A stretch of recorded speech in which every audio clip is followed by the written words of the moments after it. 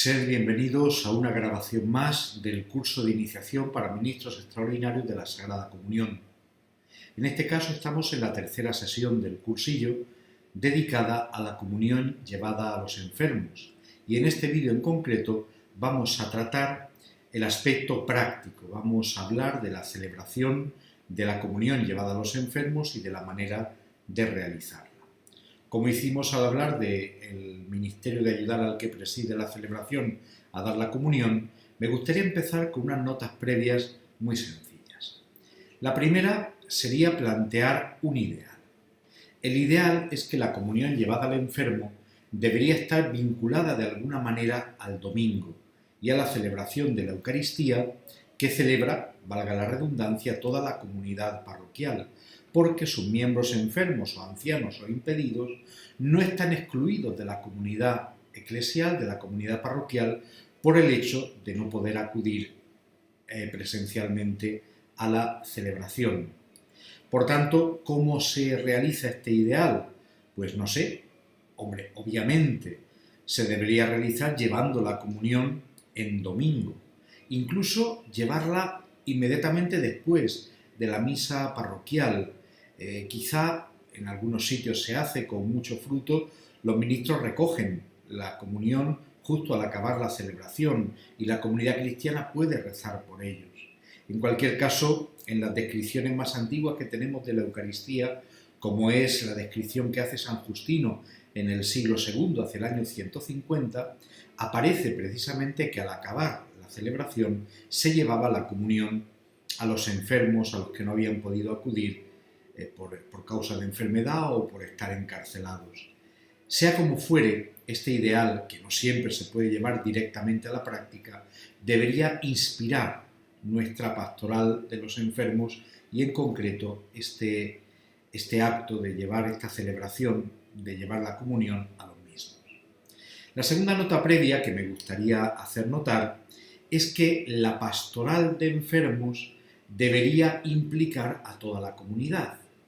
La comunidad cristiana no puede desinteresarse de aquellos fieles que quizá por largo tiempo o en algunos casos incluso definitivamente no tendrán posibilidad de participar en las asambleas eucarísticas comunes. De ahí esa conveniencia de llevarles la comunión por medio de unas celebraciones que les aporten, según las posibilidades de cada caso, aquello que los demás miembros de la comunidad celebran en su liturgia habitual.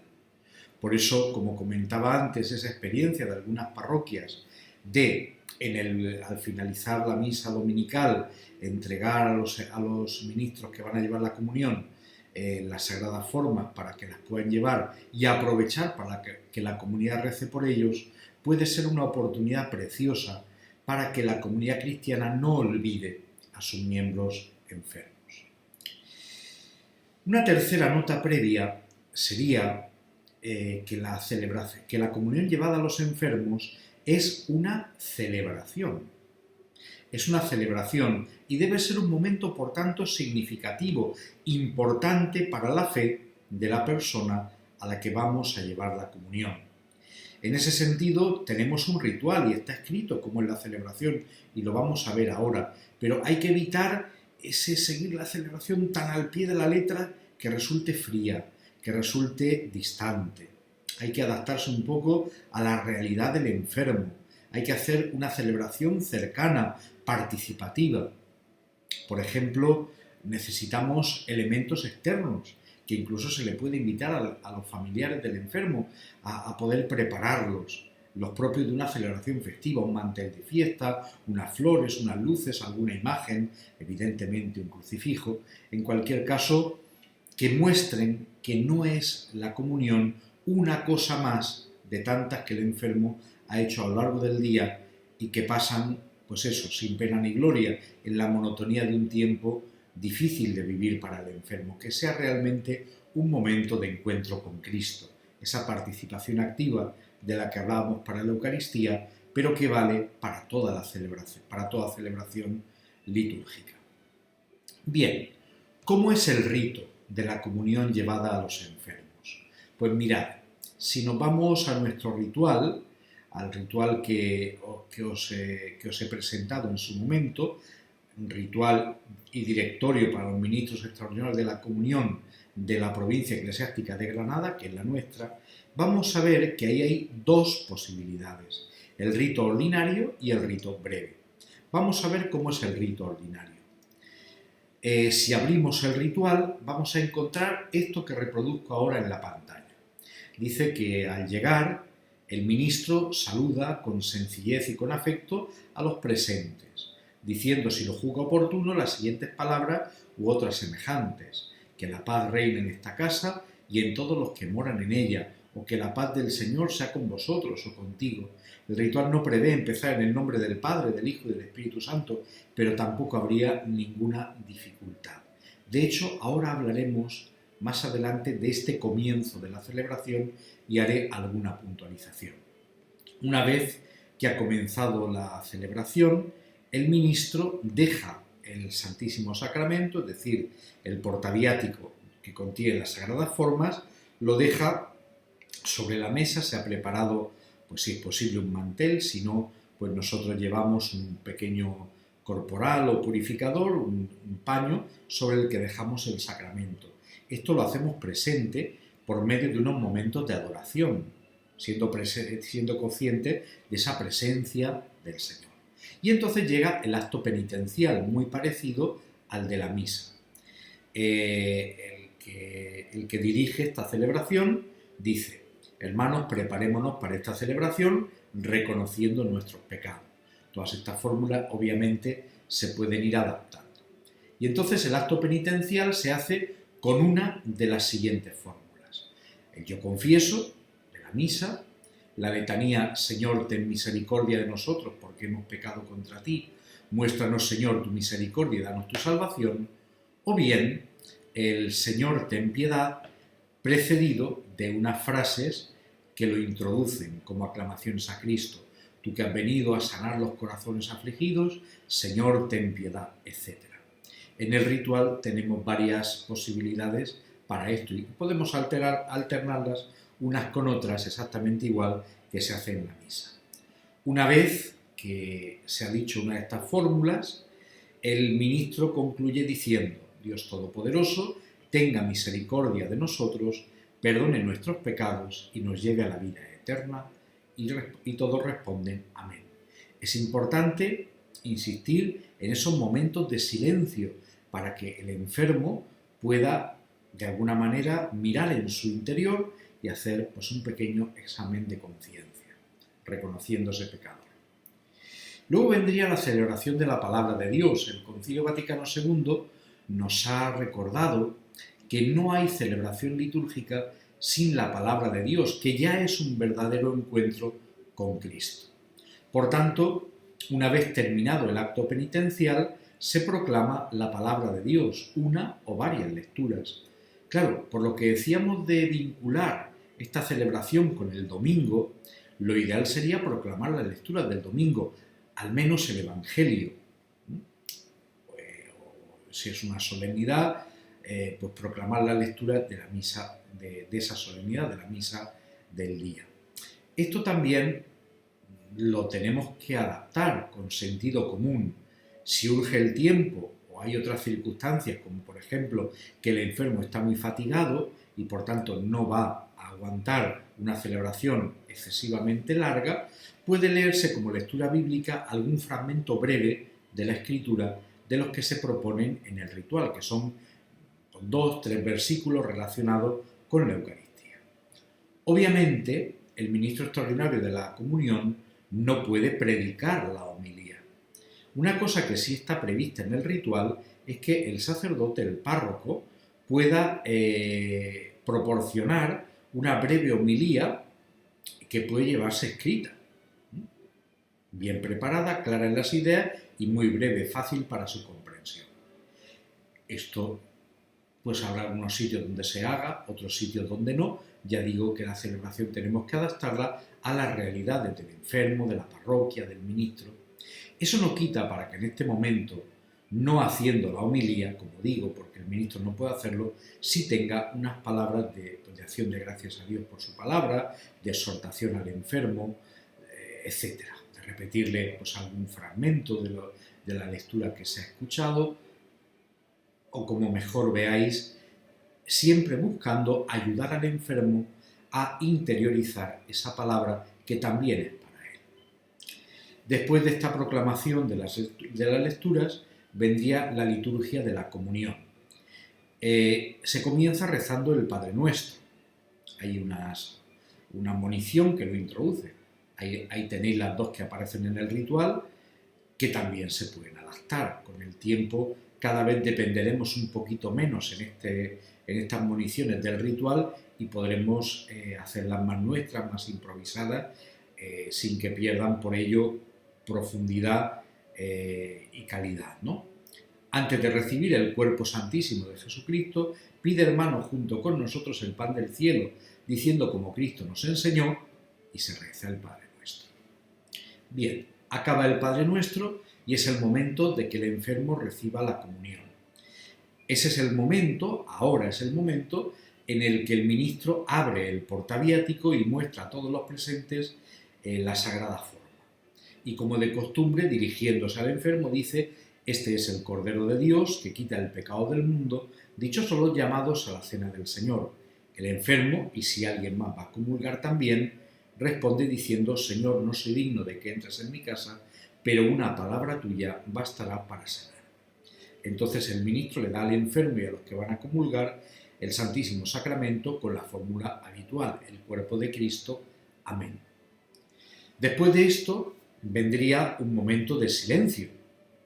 Esto normalmente convendrá decirlo. Vamos a guardar un momento de silencio, dando gracias a Dios, especialmente a nuestro hermano, por la comunión que acaba de recibir, para que no parezca que la celebración ya ha acabado, porque todavía falta esa oración después de la comunión que está en el ritual y el rito de despedida. Silencio, oración, una de las que propone el ritual, hay varias, y varias incluso adaptadas a las distintas circunstancias que nos podemos encontrar, y el rito de despedida. Lógicamente, el ministro extraordinario no da la bendición, pero sí invoca la bendición de Dios sobre el enfermo y todos los que están presentes. El Señor nos bendiga, nos guarde de todo mal y nos lleve a la vida eterna. Amén. O la fórmula alternativa. Aquí ya, cuando son fórmulas litúrgicas, no las improvisamos. Otra cosa es que sean esas moniciones que introduce el acto penitencial o que introduce el Padre Nuestro. Igual que las oraciones tampoco se improvisan, se leen directamente tal como vienen en el ritual. Pues hasta aquí el rito ordinario.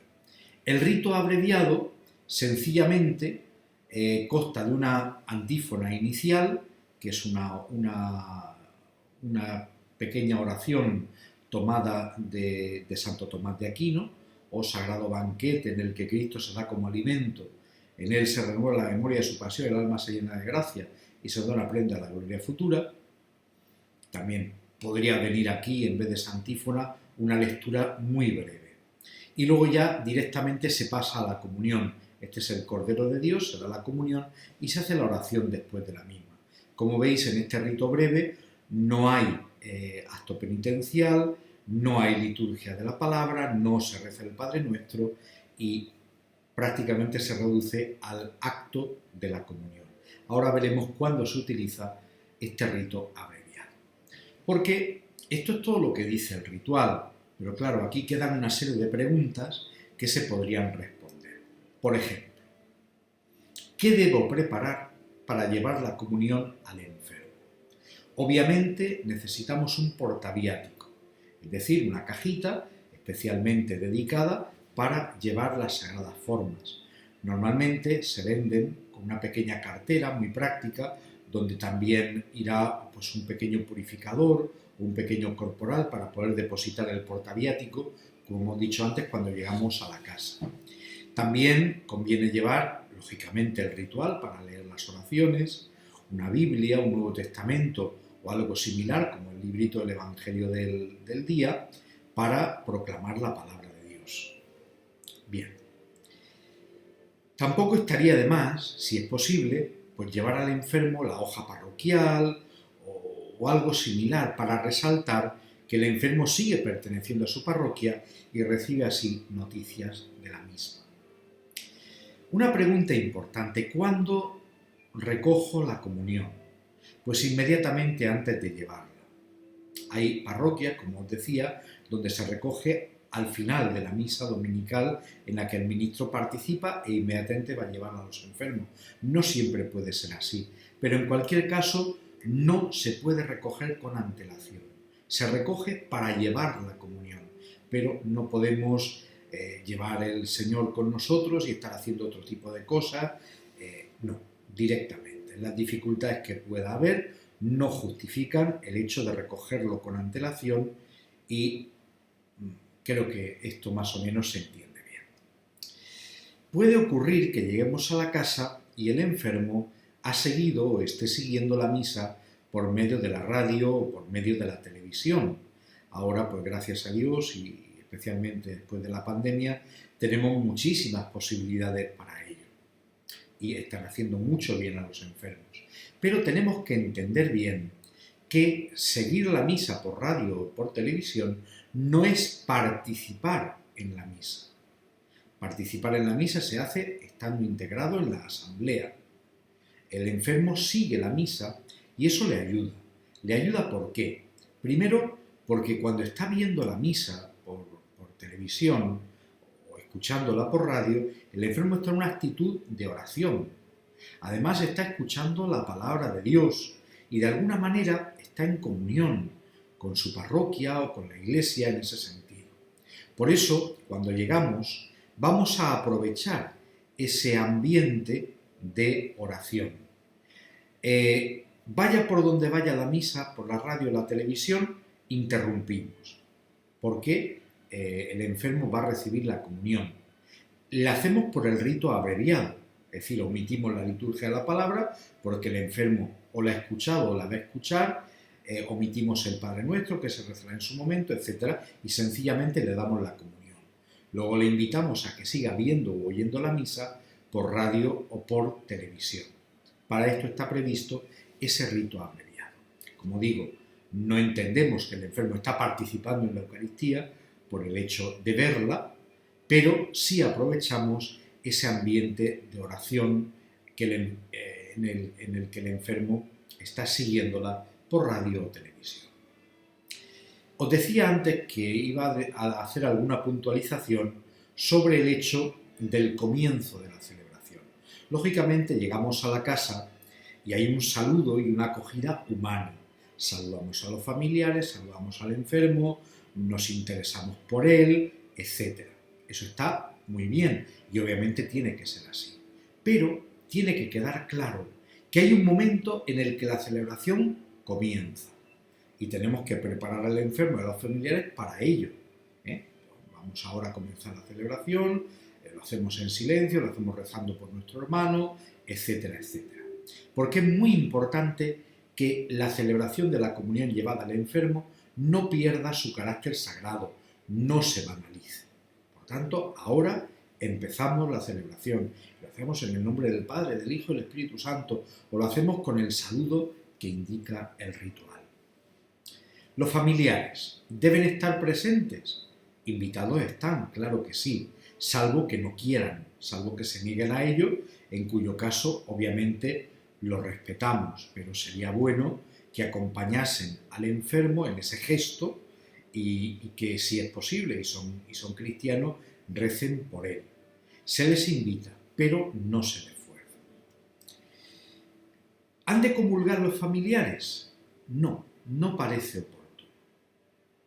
Los familiares no están enfermos y, por tanto, pueden participar en la celebración junto con el resto, en la celebración de la Eucaristía en la parroquia, junto con el resto de la comunidad cristiana. Otra cosa es si por el hecho de estar cuidando al enfermo realmente hay una imposibilidad de poder participar en la celebración. En este caso, lo mejor es que si ellos nos lo piden, digamos, bueno, voy a consultarlo con el párroco, nos informemos bien de la situación e incluso que el párroco visite a esa familia o a esa casa para discernir si es conveniente o no. Pero de entrada no parece adecuado que los familiares comulguen simplemente porque, bueno, pues ya que está usted aquí, vamos a hacerlo. No, porque la comunión no es la celebración completa, es lo más que podemos llevar al enfermo en esa situación en que él está, pero si el enfermo estuviese en otra situación que no fuese la enfermedad, pues iría a la celebración con el resto de la comunidad cristiana. Por el hecho de que vaya a comulgar el enfermo, no significa que los demás que estén presentes, aunque sean cristianos y practicantes incluso, etcétera, se vean obligados a comulgar. Puede ocurrir que el enfermo tenga problemas para tragar. En este caso, podemos darle un trocito más pequeño de la Sagrada Forma y se puede también ayudar de un vaso de agua. No hay ningún problema para ello. Pero hay una situación que tenemos que discernir y es cuando un enfermo no puede recibir la comunión. Pues, obviamente, los enfermos, especialmente en el largo recorrido, cuando ya están impedidos, etcétera, se van deteriorando y llegará un momento en que al enfermo le sea absolutamente imposible tragar, aunque sea una pequeña parte de la forma. También puede ser que el enfermo va perdiendo la conciencia y que no tenga conciencia mínima de lo que está recibiendo, mínima, con que sea un leve gesto de asentimiento. Pues fulanito, va usted a recibir la comunión, quiere recibirla, y a lo mejor el enfermo lo más que puede hacer es un breve gesto con la cabeza, o una sonrisa, o algún gesto que a nosotros nos diga, sí, sabe lo que está haciendo. Pero llega un momento en que la evolución de la enfermedad, por desgracia, tantas veces va a peor. Y cuando veamos que eso llega, es conveniente decírselo al sacerdote para que él visite también al enfermo. El hecho de, obviamente, de que los ministros extraordinarios lleven la comunión no significa que el sacerdote no lo haga también y no visite habitualmente a los enfermos, claro. Pues cuando veamos que va a llegar esa situación, pues que el sacerdote visite a la familia y la vaya preparando para que el hecho de que llegado el momento se le diga, mirad, vuestro familiar, pues mirad cómo está, ya no puede recibir la comunión, eso no parezca un rechazo a la persona ni a la familia, porque es duro aceptar esta situación. Como os decía, el ritual está escrito, pero no hemos de utilizarlo así a rajatabla de una forma fría y distante. Tendremos que adaptar algunas de sus partes al enfermo y a sus circunstancias. Antes hemos hablado de la lectura de la palabra de Dios, más extensa, más breve, pues depende del enfermo, lógicamente. Hemos hablado de las admoniciones. A veces el enfermo, si ya es bastante mayor, pues a lo mejor no se sabe el Padre Nuestro o no le sale el Padre Nuestro la fórmula que utilizamos actualmente y se acuerda del Padre Nuestro antiguo. O a lo mejor podemos añadir alguna oración de devoción una vez acabada la celebración, si vemos que el enfermo es muy devoto, pues de alguna vocación de la Virgen o lo que sea. Podemos adaptar, siempre manteniendo la estructura fundamental que es la que viene en el ritual y siempre buscando, como digo, que el enfermo se pueda encontrar con Cristo. Bien, ¿qué pasa si al final de la comunión me sobra una forma? Bueno, el último enfermo, al que llamamos la comunión, podría comulgar con dos formas. O bien el ministro podría comulgar a la vez que él. Como ministros extraordinarios tenéis la capacidad de daros la comunión a vosotros mismos fuera de la misa. Bien, pues sería un caso de necesidad que estaría justificado. Aunque lo preferible sería, si se puede, devolver la Sagrada Forma a la parroquia. En cualquier caso, nunca se puede llevar la Sagrada Forma a casa y conservarla allí hasta el día siguiente. Hay que consumirla, como digo, o bien con el último enfermo, o bien, bueno, pues si el último enfermo es el que no estaba y no hemos podido dar la comunión sobre la forma, pues allá donde estamos, de la forma más digna posible, Señor, hacemos un acto de contrición, Señor, no soy digno que entre en mi casa, por una palabra tuya para sanarme, y nos damos la comunión a nosotros mismos. Eso sería, bueno, lo ideal, llevarla a la parroquia o comulgar con el último enfermo, y ya si no hay otra posibilidad, pues hacerlo de la forma más digna posible, pero nunca llevar la comunión a casa. Bien, una cosa importante, la Sagrada Comunión está dentro de una pastoral más amplia, que es la pastoral de los enfermos. Es más, en esta pastoral está, como es natural, la visita a los enfermos, que no necesariamente es para llevarle la comunión. Hay visitadores que los visitan pues, simplemente para expresar esa cercanía cristiana como un acto de caridad, ¿verdad?, hacia esa persona y compartir con él pues, el sufrimiento de la enfermedad y la esperanza cristiana. Además de eso, están los otros sacramentos que puede recibir el enfermo, que son la penitencia y la unción. Obviamente, son dos sacramentos para los que muchos enfermos se van a mostrar reticentes. Nos dirán que no tienen pecados, o nos dirán que eso de la unción es para cuando uno se está muriendo. Bueno, pues tarea vuestra también en ese diálogo que podéis tener con el enfermo es hablarle de la conveniencia de recibir el sacramento de la penitencia, porque todos somos pecadores y porque el sacramento de la penitencia es también un sacramento de curación, de sanación.